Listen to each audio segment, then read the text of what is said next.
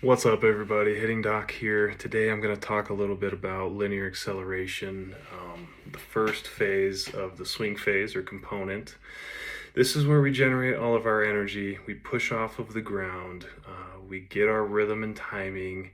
When we land, this is when everything moves up the body into the baseball. So this is, without a doubt, in my opinion, the most important sequence in the kinetic chain.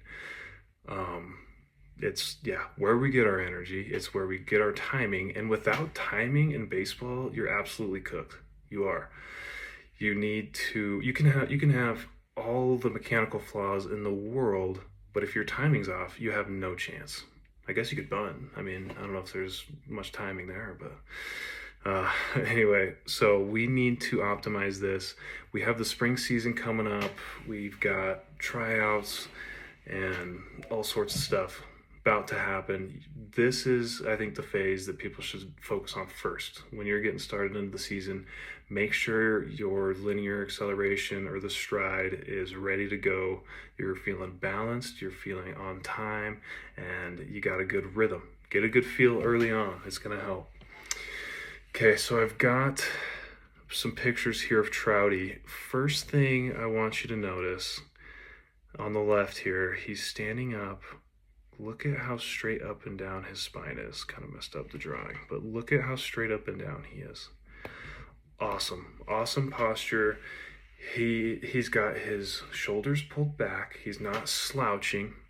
And if you're slouching right now, fix it. Fix your posture. He's not slouching. He's not crunching, meaning his spine's not forward. And he's not too far back, but he's just in a nice neutral position, ready to attack. Next thing, look at where his hands are. Okay, nice and high, ready to go, ready to attack.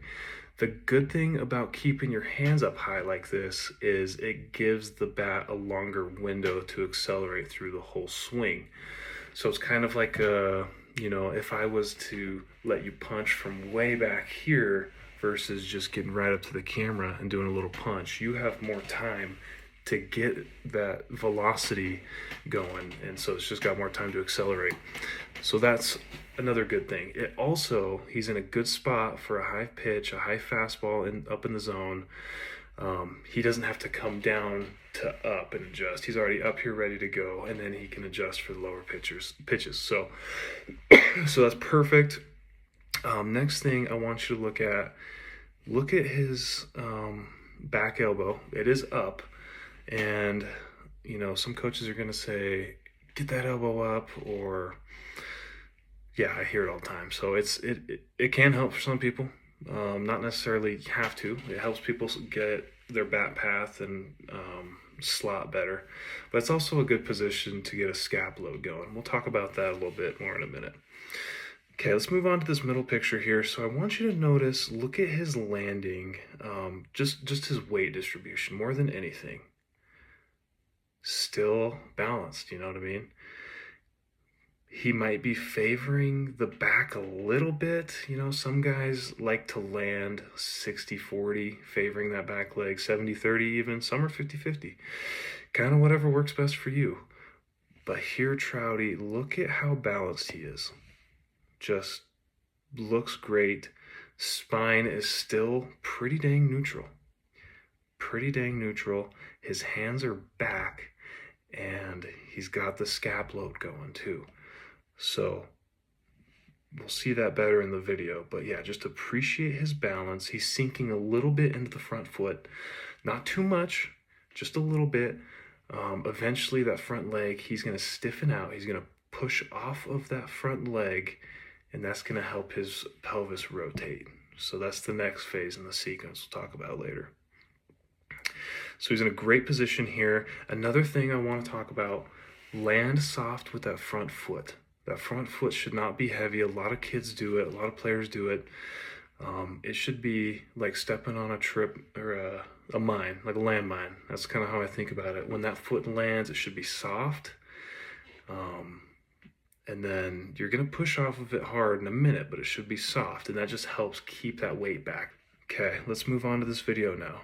So look at his starting position. That's this line going straight up and down, his center of mass approximately. And look how his entire center of mass shifts toward the pitcher. He's not just sticking the leg out and tapping or putting it down. His entire body is moving toward the pitcher. Now, you don't have to have an actual stride. You can be a toe tap guy. You can have a no stride. Totally fine. But I want you, if you don't believe me how important it is, I want you to try and find an MLB swing that their center of mass does not move toward the pitcher. Your entire body needs to move, not just stick the leg out, okay? So he does a great job here, and he doesn't have a whole lot of movement in his swing. Not a lot of MLB guys do. You know, guys like Harper have a lot, Vladdy, someone like that. But yeah, he does move his whole body, and that's when he gets going. Now, the next thing to notice here is look at his hands. Just look at the scap load here, okay? So as he's striding, he's getting the scap load started. He's pulling that back, the scapula toward his spine, and it's coiling his upper body. So that's giving him, basically starting the hip-shoulder separation process early. So it's great if you want to get, maximize your power. The scap load is key, and it gets your hands in that great position that we talked about already. So when he lands, notice how he's got a stretch between where his hands are and where his foot is, okay? So some coaches teach it this way and it works well.